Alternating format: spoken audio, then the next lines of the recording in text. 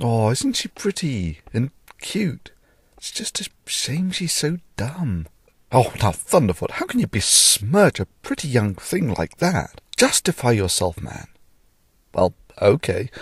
First, what is she wearing on her head? Yeah, this girl thinks that wearing a sheet over her head will show an ancient magical desert spectre that she respects him. But shouldn't we respect her faith and religion? Well, no. Simply no. And I'll tell you why. You see, all cults and religions put up these barriers to make it harder to leave. They have repetitive rituals that socially make it hard to leave the religion, and I have to give it to it, Islam is king when it comes to these barriers. For instance, wear a sheet on your head and it will show an ancient magical desert genie that you respect him. And if you don't, you are instantly recognisable as a social pariah. I mean, come on, why would an all-powerful God really care about what you wear on your head? Or shaving is evil and growing a beard will please the ancient desert magical pixie. And of course, not conforming will make you instantly recognisable as a social pariah. But come on, why would a powerful God actually care what happens to what comes out of the hair follicles on your face? Or get down on your knees 5 times a day. After all, praying 5 times as often might not be any more effective than a prayer convention in Texas praying for rain. But damn, 5 times a day makes it virtually impossible for your typical herding human to escape the claws of the religion. And then, of course, leave Islam and we will kill you. What is the penalty for leaving the Muslim faith? To be honest, I cannot back that point up. Dr. Mukadam, what is the penalty for apostasy? And, before... We keep coming down this apostasy. Well, Give us a quick answer on what is the penalty for apostasy, and we'll come and do it. You very well know, if it's an Islamic country, then the Sharia is very clear. Apostasy is dealt with the death penalty. Thank you, that's all I want to hear. You know, like that guy in Iran at the moment who is purportedly born a Muslim. So now that he's grown up and says that he's a Christian, this obviously means that under Islamic law, as practiced in an Islamic country, that he should be executed.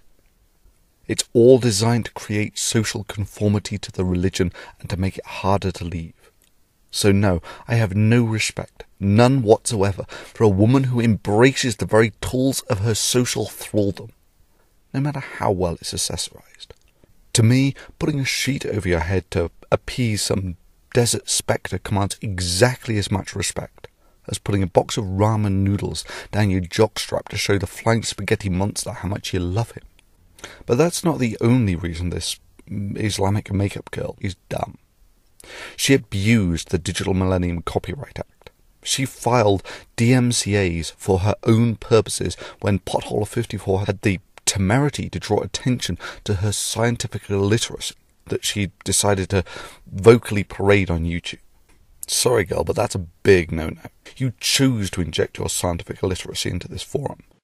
But first and foremost, I'm a scientist with a first-class honours degree in human biology from a top British university.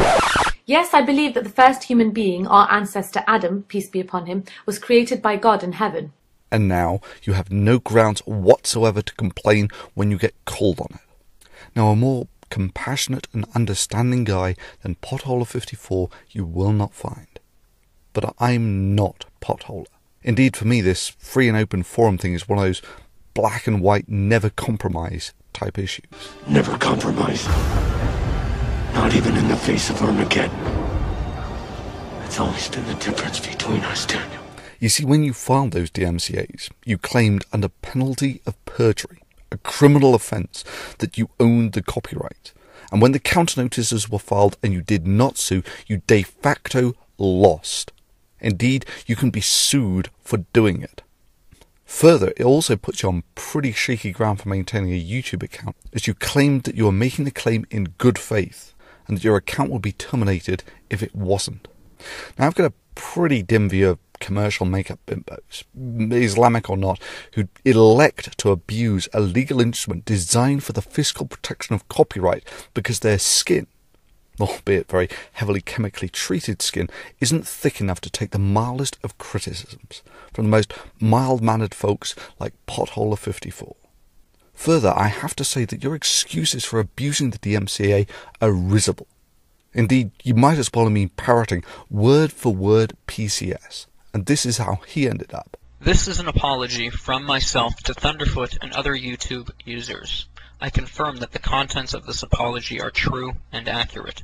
My username on YouTube is VenomFangX. As many of you may know, there has been a dispute between Thunderfoot and myself over the past few weeks. We have resolved that dispute, and as part of the resolution, I am here to express my regret for the misuse of the Digital Millennium Copyright Act to serve takedown notices in relation to a number of Thunderfoot's videos on YouTube.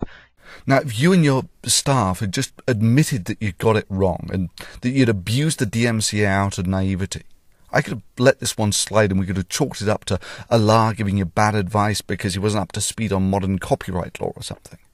But that's not what happened. You acted like you'd done nothing wrong. And that's bull. And it sets a lousy precedent. And that's why I'm making this video.